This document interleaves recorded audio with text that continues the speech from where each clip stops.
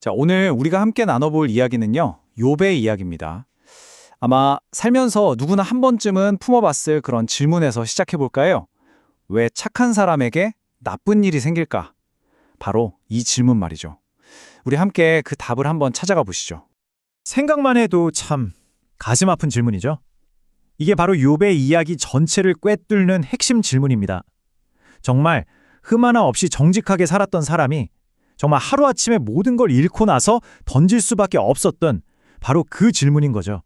자, 이야기의 시작은 욥이 겪는 상상조차 하기 힘든 고통입니다. 이 엄청난 비극 앞에서 욥과 그의 친구들이 아주 격렬한 논쟁을 벌이기 시작해요. 어떻게든 이 상황을, 이 고통을 이해해 보려고 정말 필사적으로 애를 쓰는 거죠. 근데 여기서 정말 흥미로운 점이 하나 있어요. 뭐냐면 욥도 그렇고 그의 친구들도 그렇고 전부 다 이 거대한 질문의 답을 인간의 논리로 풀려고 한다는 거예요. 하지만 결과는 어땠을까요? 결국엔 모두가 한계에 부딪히고 맙니다. 친구들의 논리는 사실 아주 단순해요. 네가 고통받는다고?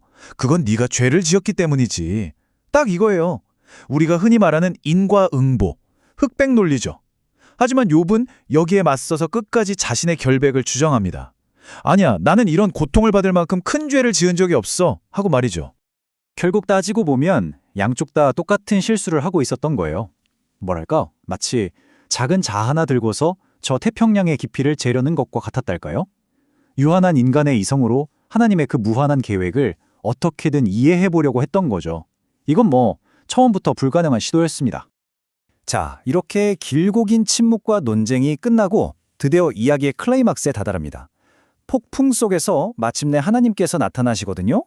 그런데 정말 이상한 건 욥이 그토록 듣고 싶어 했던 고난의 이유? 그 명쾌한 대답은 끝내 들려주지 않으신다는 겁니다. 설명을 해주시는 게 아니라 오히려 질문을 막 쏟아내세요. 내가 땅에 기초를 놓을 때에 네가 어디 있었느냐? 이런 질문들이요. 이 엄청난 질문들 앞에서 인간은 깨닫게 되는 거죠. 아, 내가 얼마나 작은 존재인지. 그리고 하나님의 지혜와 능력이 얼마나 크고 놀라운지를요. 바로 이 지점입니다. 모든 게 바뀌는 순간이죠. 진짜 중요한 질문은 왜 이런 일이 일어나는가가 아니었던 거예요. 진짜 질문은 이 모든 것을 주관하시는 분이 누구인가였던 거죠. 그러니까 진정한 지혜라는 건 고난의 이유를 알아내는 데 있는 게 아니라 그 모든 것을 주관하시는 절대자를 신뢰하는 데 있다는 것. 이야, 정말 엄청난 관점의 전환 아닌가요? 자, 이렇게 관점이 바뀌니까요, 고난의 의미 자체가 완전히 새롭게 보이기 시작합니다. 만약 고난이 죄에 대한 벌이 아니라면, 그렇다면 도대체 믿는 사람에게 고난은 어떤 의미를 갖는 걸까요? 성경은 고난을 벌이 아니라 징계라는 말로 설명하는데요.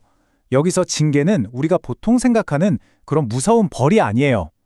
오히려 사랑하는 아버지가 자녀를 더 좋은 길로 이끌기 위해서 훈련시키는 것, 바로 그런 의미에 가깝습니다.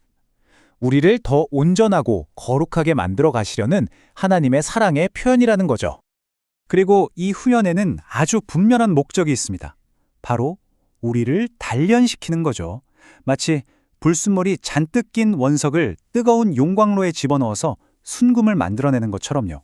이 고난이라는 과정을 통해서 우리는 더 거룩해지고 인내를 배우고 마침내 반짝반짝 빛나는 순금 같은 믿음을 갖게 된다는 겁니다. 이게 좀 어렵게 들릴 수 있는데 칭의와 성화라는 개념으로 나누어 보면 이해가 좀 쉬워요. 칭의는요, 법정에서 판사가 땅땅땅 당신은 무죄 하고 선언해 주는 것과 같아요. 단 한 번에 법적으로 의롭게 되는 거죠. 반면에 성화는요, 그 무죄 선고를 받은 사람이 평생에 걸쳐서 점점 더 의로운 사람으로 되어가는 과정, 그 여정 전체를 말하는 겁니다. 그리고 바로 이 성화의 여정에서 고난이 아주 중요한 역할을 한다는 거예요. 근데 이런 생각이 들지 않으세요? 이 성화라는 과정, 말은 좋은데 때로는 너무 길고 고통스럽잖아요. 과연 내가 이 모든 걸 끝까지 견뎌낼 수 있을까? 대체 뭘 믿고 끝까지 갈 수 있을까요? 그 보장이 어디 있을까요? 바로 그 질문에 대한 답이 여기 있습니다. 바로 성도의 견인이라는 아주 중요한 개념인데요. 이게 바로 우리가 어떤 상황에서도 끝까지 버티고 흔들리지 않을 수 있다는 궁극적인 확신을 주는 열쇠가 됩니다. 여기서 제일 중요한 포인트는요, 이 확신이 우리의 대단한 의지력이나 노력에 달려있는 게 아니라는 거예요. 절대로요. 이 확신의 근거는 첫째, 결코 변하지 않는 하나님의 사랑과 선택. 둘째, 우리를 위해 모든 것을 이루신 그리스도의 완전한 사역. 그리고 셋째, 우리 안에 오셔서 절대 떠나지 않으시는 성령님의 보증. 바로 여기에 있습니다. 욥의 그 길고 길었던 고통의 여정, 그 끝은 바로 이 깨달음이었습니다. 더 이상 왜요? 라고 따지거나 자신을 변호하지 않아요. 그저 모든 것을 주관하시는 하나님 앞에 완전히 자신을 내려놓고 항복하는 거죠. 성경은 바로 이 순간이 진짜 지혜가 시작되는 순간이라고 말합니다. 내가 답을 찾는 게 아니라 모든 답을 알고 계신 그분을 신뢰하는 것. 바로 이게 지혜라는 겁니다.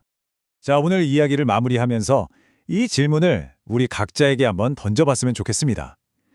지금 내가 겪고 있는 그 어려움과 고난 속에서 나는 그 이유를 알아내려고 애쓰고 있나요? 아니면 그 모든 이유의 주인이신 하나님, 그분 자체를 찾고 있나요? 여러분은 지금 무엇을 찾고 계신가요?